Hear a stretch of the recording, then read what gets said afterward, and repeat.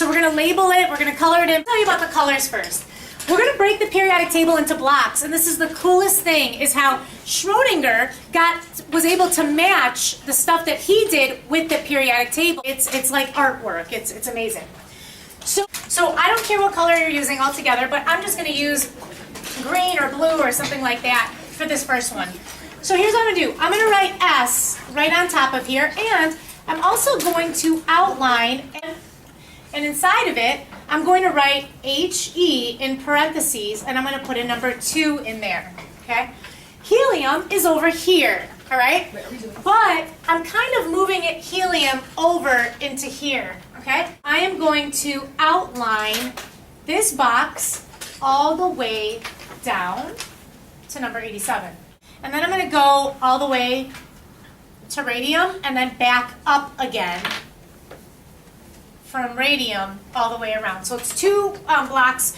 The thing is, on top of the S, we're going to put a number 2. So we're going to say like S. It looks like squared. It's not. It's just S2. We'll talk about what that means in just a little. I'm going to pick yellow because I'm just saying that P is yellow, typically. Okay. So this is going to be P, and we're going to say P6. We're going to say P6. And this one, I am going to start at boron. I'm going to go all the way across to number 10 neon, not including that HE because we already put that in there. Then I'm going to go all the way down to number 118. Then over here, I'm going to come down from boron and go all the way straight down to number 113 and then over. I'm going to choose brown because if you were to take a dump, it would probably be brown unless you ate like frosting that was blue or something like that. And I'm going to say D10. D10. Okay, that's D10.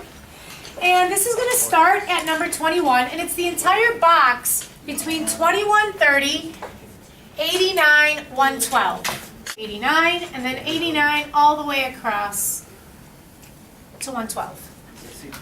D10. Yep, that's D10. Sit, pee, dump. What's the last thing? Flush. This is the F. And guess what number it is? 14. Awesome. It's 14. We'll talk about that later. Awesome. So I'm going to come straight down and all the way across again. So it's those 2 bottom blocks. Okay. So now we've got our letters. And the next thing that we're going to do is we're going to write numbers in.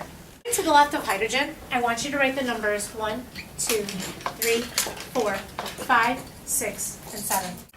Anybody want to guess at what the significance is of 1 to 7? The different levels. Yes, it's the different levels. You can go from 1 to 7. So when we were looking at the quantum notes, we said that you could go, your energy level goes from 1 to 7. That's the different energy levels. Remember, there's no 0. Anybody remember what we call the first energy level, by the way? Starts with a G. Ground state. Ground state. Awesome. So these are representing the energy levels.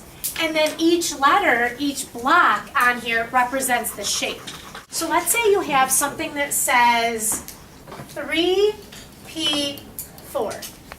What this refers to is your N, or your energy level. P refers to your azimuthal quantum number, which is called the shape, or the sublevel.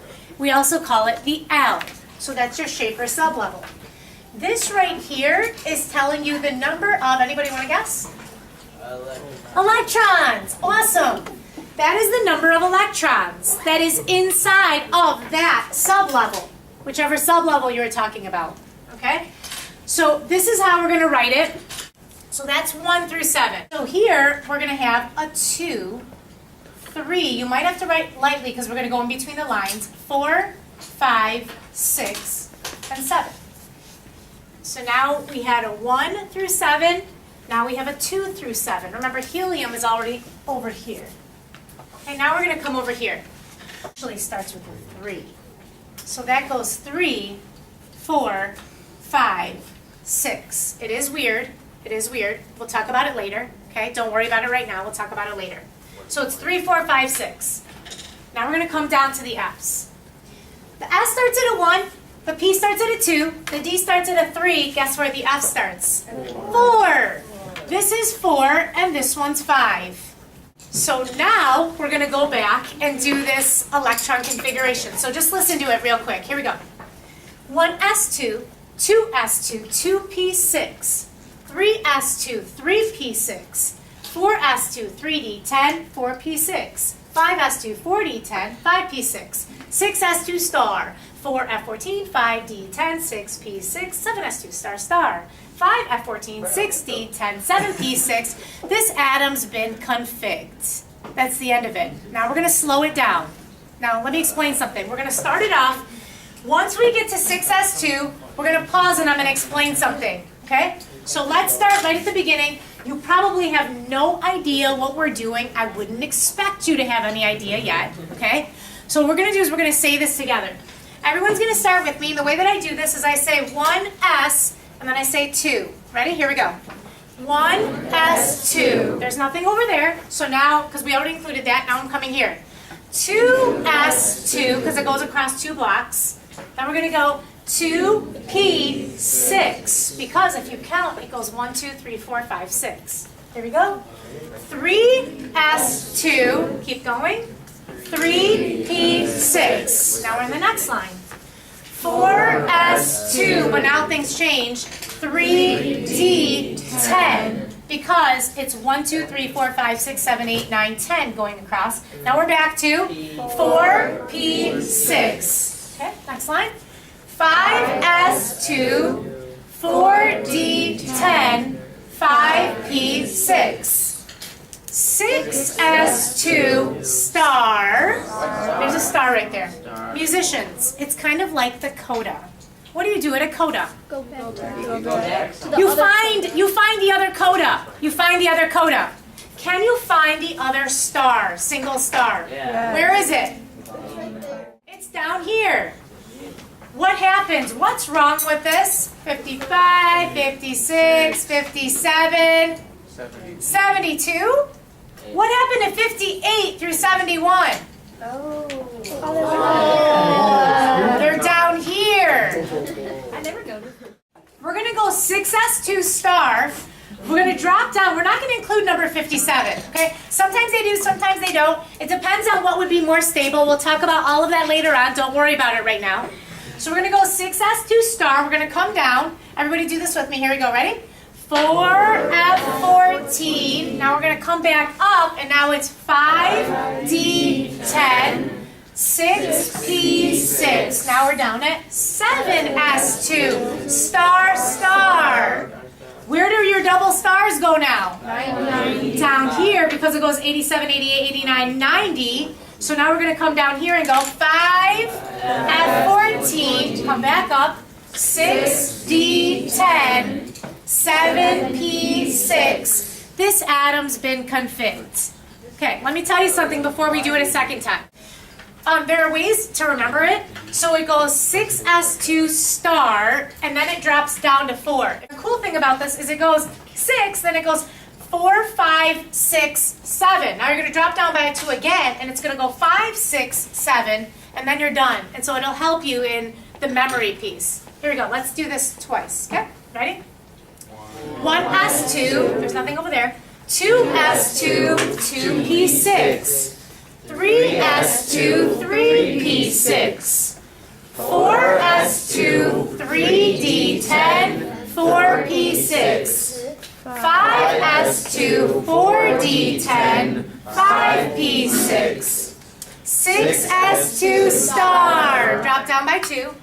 4f14, 5d10, 6p6. 7s2 star star, come down to 5. 5f14, 6d10, 7p6. This atom's been configured. So the pattern is, ready? 1, 2, 2, 3, 3, 4, 3, 4, 5, 4, 5, 6. Now drop down to star. So now it goes 4, 5, 6, 7. Is there going to be an 8? No. Why not? Because there's only 7. There are only 7 energy levels. levels. There is no 8. So it goes to 7, then it drops down to 5, 6, 7. This atom's been configured. You guys rock. Awesome. Okay. So the coolest thing about this is the way that Schrodinger put this all together, because it does work with the periodic table. And the idea is that you can figure out where an electron is with respect to the nucleus just by battleshipping it where the outermost electron is. So for example, if I were looking at something like chlorine, I would say that my last electron is a 3p, not 6, because that would be argon. 1 less than argon would make it a 3p5. That means you have your nucleus, you have your first energy level, you have your second energy level, you have the third energy level, but it's not in the sphere shape, it's in the p shape, which is the dumbbell. Not only that, it's the 5th electron inside of there, okay? So what it basically does is it gives us an idea of where the electron is with respect to the nucleus. Now, let's just talk real quick about this 2, 6, 10, 14. Let's talk about that, okay? S. We said S was the sphere shape. How many different orbitals or orientations could you have with the S? Only one. Only one. We said that m sub L was equal to 0. If S is 0, then m sub L is equal to 0. So it goes from negative L to positive L. So that means it's only one orientation, which means I can only have 2 electrons. That's the 2. Let's do the P. It's so cool how this works, by the way. Okay, P. In the P, you can have, remember, P is L equal to 1, so it can go negative 1, 0, and 1, or we can call it PX, PY, PZ. In each one of those, how many electrons can you have? So that's a total of 6. There's your 6. 2, 4, 6 electrons. Next. The D can have 5, because remember, D is dump. That's when L is equal to 2. So you can go negative 2, negative 1, 0, 1, 2. That's 5 orientations. So if each one holds 2 electrons, how many total maximum can you have? 10. And if you count in the D, it goes across 10. And the last one is the F, that's really complex. We said that the S has 1 orientation, the P has 3, the D has 5, so the F has 7. So how many electrons is that? 14, which you already had a long time ago, figuring out how many electrons there were. And it just goes across. You can just count how many across that it has, okay? And so it really is just very cool how the whole thing comes together with all of Schrodinger's stuff. So in the notes, we're on this page that has this chart right here. We're just going to go ahead and fill in this chart. And what this is showing is 4 different energy levels. We're actually going to add in n equals 5, just so that we get an idea of what would happen at n equals 5. So these here are just representing the energy levels. So it would be like having your nucleus, and then you would have your first energy level, your second energy level. Remember, they get closer and closer as you move out. Your third energy level and your fourth energy level. But I'm only showing the S here. Remember that you can have P's also. You can have D's. So L, let's first start off with the possibilities of L. So remember that we said that N basically just goes from 1 to 7. 1 being ground state. Your possibilities of L, we said that L had to be less than N, and your only choices of L were 0, 1, 2, and 3, which matched with S, P, D, and F, sit, P, dump, flush. Okay? So let's just start off with that. If N is equal to 1, what is the only number of L that you can have? 0. 0. If it has to be less than N, then your only choice is 0. And what letter is that? Yeah, S. Perfect. So then over on this side, we're just going to write an S. Let's do 2. Your second energy level, what 2 numbers could you have for L? 0 and 1. Which means we can have what letters? S and P. Third level, L can be less than N, then you can have 0. You can also have 1 and 2. Which means S, P, and D. And in your fourth level, you can have 0, 1, 2, and 3, which means you can have all 4 shapes: sit, pee, dump, and flush. Awesome. Okay. In your fifth level, what are the only 4 shapes that we have? 0, 1, 2, and 3. There is no 4. There isn't a 4. So in your fifth level, it actually is the same exact thing as your fourth level based on the periodic table that we have today. So it would be S, P, D, and F all over again. Okay? Let's go to the name of it. The way that you're going to name it again is if you say something like 2P6, this is your energy level. This refers to your L, your shape, or your sublevel. That's your shape, or it's also called the sublevel. And this is your number of what? Electrons. Awesome, number of electrons. Okay? So we're going to write these down next. So you write it as a number and then a letter. So we're not going to use the 0. So we're going to call the first one a 1s. So first we have a 1s. And how many electrons can you have in the s orbital? 2. Because it's only one orientation, you can only have 2 electrons. One spinning plus 1/2, the other one spinning minus 1/2. It's one cloud.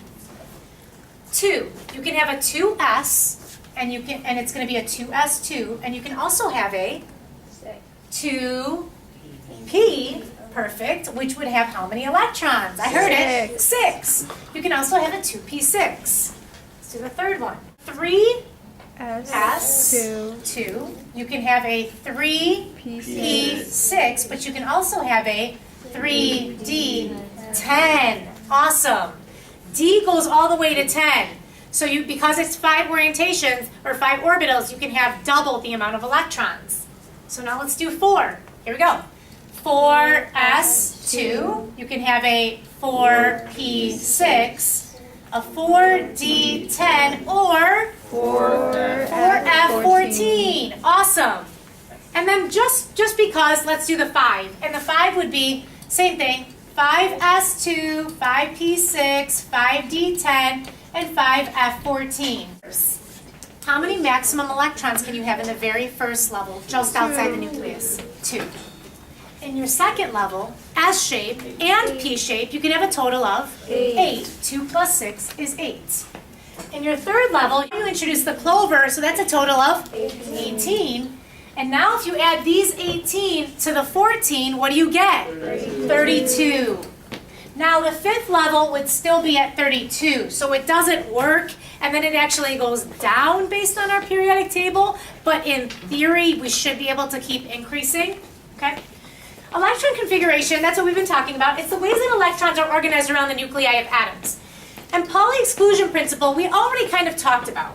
It's that no 2 electrons in an atom can have the same address. When we say quantum numbers, basically what we're talking about is their address. And the 4 quantum numbers are N, L, M sub L, and M sub S, just like we talked about before. So those are his 4 quantum numbers. So if 2 electrons are in the same orbital, so they must have opposite spins. So one spinning one direction, the other one spinning the other direction. So this Aufbau principle is next, and there's something that's confusing, so I just want to make sure we cover it. Electrons enter orbitals of lowest energy first. And in any principal energy level, S is always going to be the lowest sublevel that you have. So it goes S, P, D, F. The only thing is, the order is not exactly set in increasing numbers. For example, 4S is actually lower than 3D. Okay, now, flip to the next page real quick here. And this is Aufbau's diagram. And as we go up, we are increasing in energy. And I just want you to see this for 1 second. The electrons will fill in, according to Aufbau's principle, in increasing energy. And it's kind of cool because it goes 1s2, where you can have 2 electrons, one spinning one way, one spinning the other way. 2s2, 2p6. Now I'm going to draw the electrons in a certain way. They actually fill one into each cloud, and then they come back down and fill into the cloud the other direction. Then it goes 3s2, 3p6. Then it goes 4s2, and what's wrong? The 3d10 comes after. But the question was, why doesn't it go 3s, 3p, 3d, and then 4s? It actually required less energy for an electron to go into the 4th sphere than to go into the 3rd clover shape. It actually took a little bit less energy to go into the 4s. And so that's why when we do it on the periodic table, it goes 4, 3, 4, and then remember, it goes 5, 4, 5.